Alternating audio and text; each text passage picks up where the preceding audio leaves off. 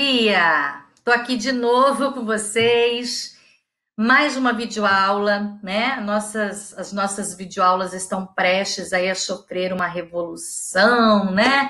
A escola está empenhada em trazer aulas mais dinâmicas, em trazer aulas mais atraentes para vocês, com mais conteúdos. Então, vamos aguardar a novidades chegando por aí, tá bom? Galerinha, hoje nós vamos falar sobre o livro Senhora.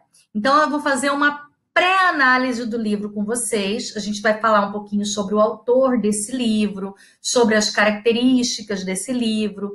Claro que essa videoaula não isenta você da leitura do livro, tá? Isso aqui é uma pré-análise, tá bom? Mas com certeza o livro será cobrado integralmente aí numa avaliação que virá, tá bom?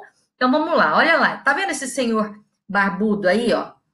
Simpático, né? Esse senhor é o nosso amigo José de Alencar. José de Alencar é considerado um dos maiores expoentes do romantismo no Brasil. Atuou como jornalista, crítico, advogado, dramaturgo e político. Além disso, foi patrono da cadeira número 23 da Academia Brasileira de Letras. Bom, já deu para sentir que era um rapaz de muita cultura, né? Ótimo, então vamos lá. Vocês ainda não estudam literatura, mas a gente vai falar um pouquinho aqui de literatura, porque o ano que vem vocês já vão entrar nesse mundo interessante, gostoso, saboroso que é o mundo da literatura, tá?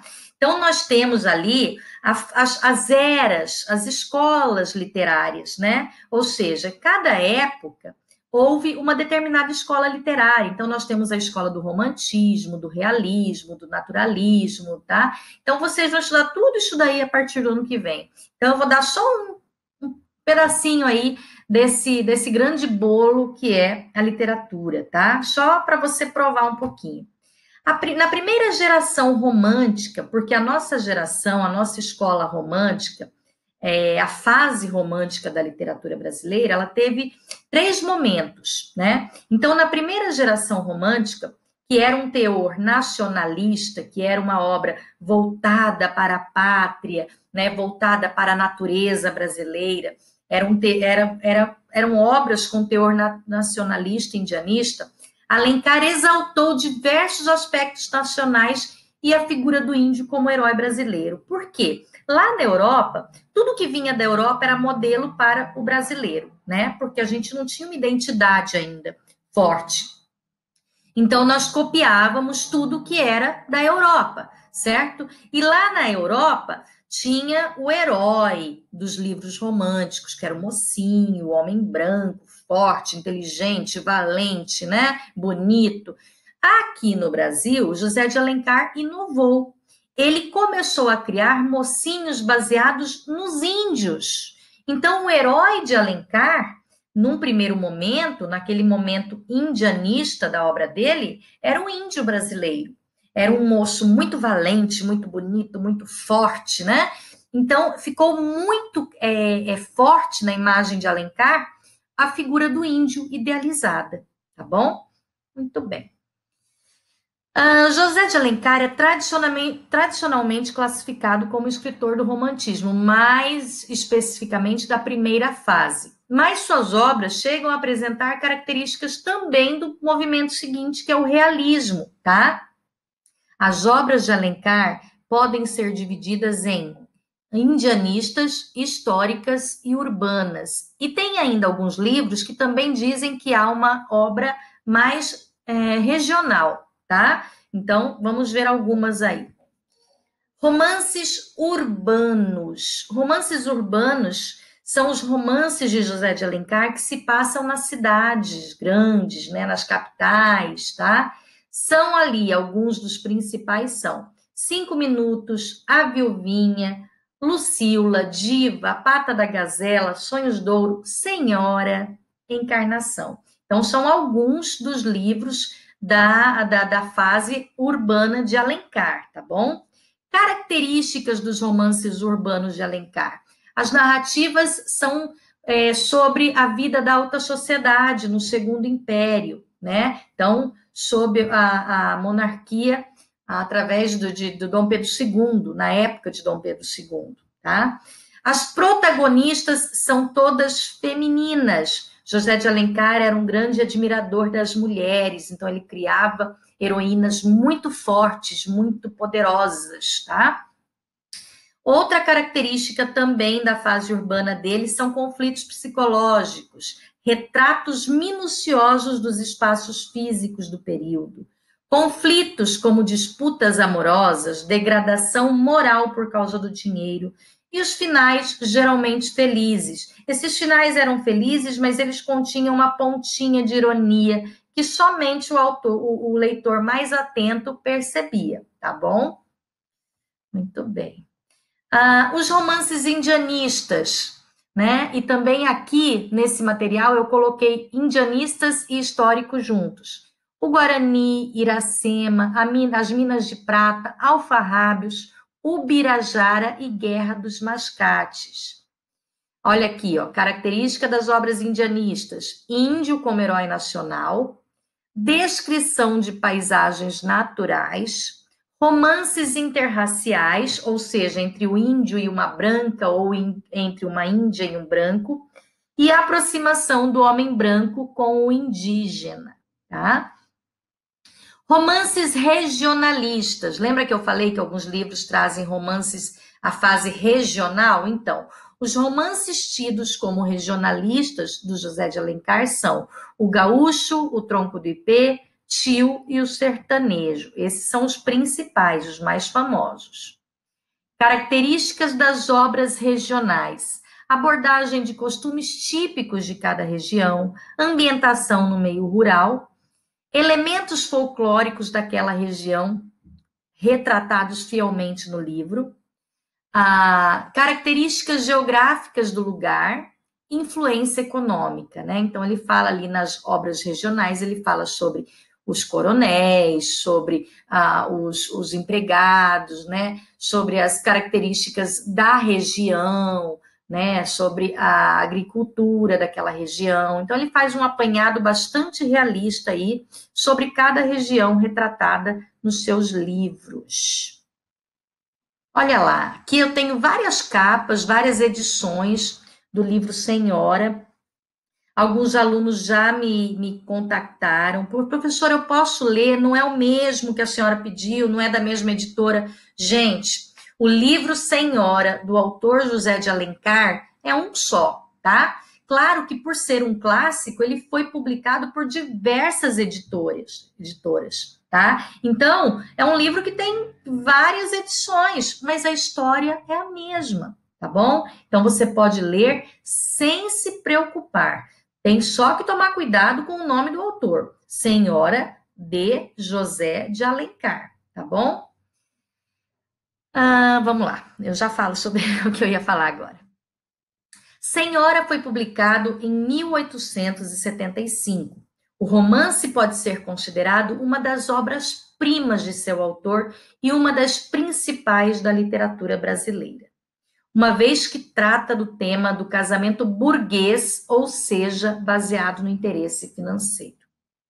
Gente, esse livro, ele trata de assuntos um pouco mais complexos, assuntos um pouco mais pesados, como, por exemplo, traição, interesse financeiro, né? A disputa pelo dinheiro. São assuntos um pouco mais complexos, mas são assuntos que retratam a obra da época. Então, nós não podemos fugir dessas obras, tá? Num primeiro momento, a Aurélia, que é a heroína, é uma moça muito pura, muito ingênua, e ela se vê enredada ali, né, num dilema, porque ela é trocada por uma moça de alta sociedade, o seu noivo, né, mesmo amando a Aurélia, ele a deixa para ficar com uma moça rica. Então, isso aí gera um conflito psicológico muito grande na Aurélia, tá? E a situação dela muda a partir do momento que ela recebe uma grande herança, tá? Então, deixa eu continuar aqui, eu não posso ficar dando spoiler para você, não. Alencar classifica a obra dentro de seus perfis de mulher, Lembra que eu falei que as heroínas do Alencar são mulheres muito fortes, muito poderosas? Aí, ó, tá? Já que se concentra na mulher o papel mais importante dentro da sociedade de seu tempo. Como eu já disse, ele era um admirador da figura feminina. Aurélia é a protagonista do romance, uma jovem mulher dividida entre o amor e o ódio, o desejo e o desprezo pelo homem que ama. Ela amava, mas ao mesmo tempo ela odiava porque ela havia sido trocada, tá? Essa personalidade dividida apresenta um desvio psíquico ocasionado a partir do rompimento do noivo, Fernando Seixas. Então, olha, você já consegue identificar que Aurélia é uma mulher forte e Fernando é um homem fraco. Por que ele é fraco? Gente, um homem que abre mão do amor da sua vida por um dote, por dinheiro, é um homem fraco, né? Assim, eu tô falando fraco, me referindo ao caráter dele, tá bom?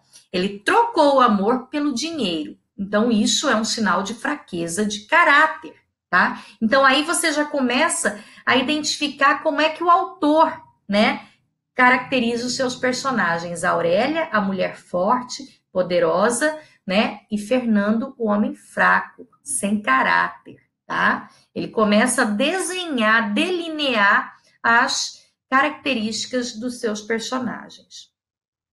José de Alencar demonstra em seu romance uma preocupação com a demasiada importância que a sociedade burguesa dá ao dinheiro. Então, não deixa de ser uma crítica dele a quem dá mais importância ao dinheiro do que a outras coisas, tá? O autor sublinha de que forma o fator financeiro condena o destino das pessoas. Olha que forte isso, né?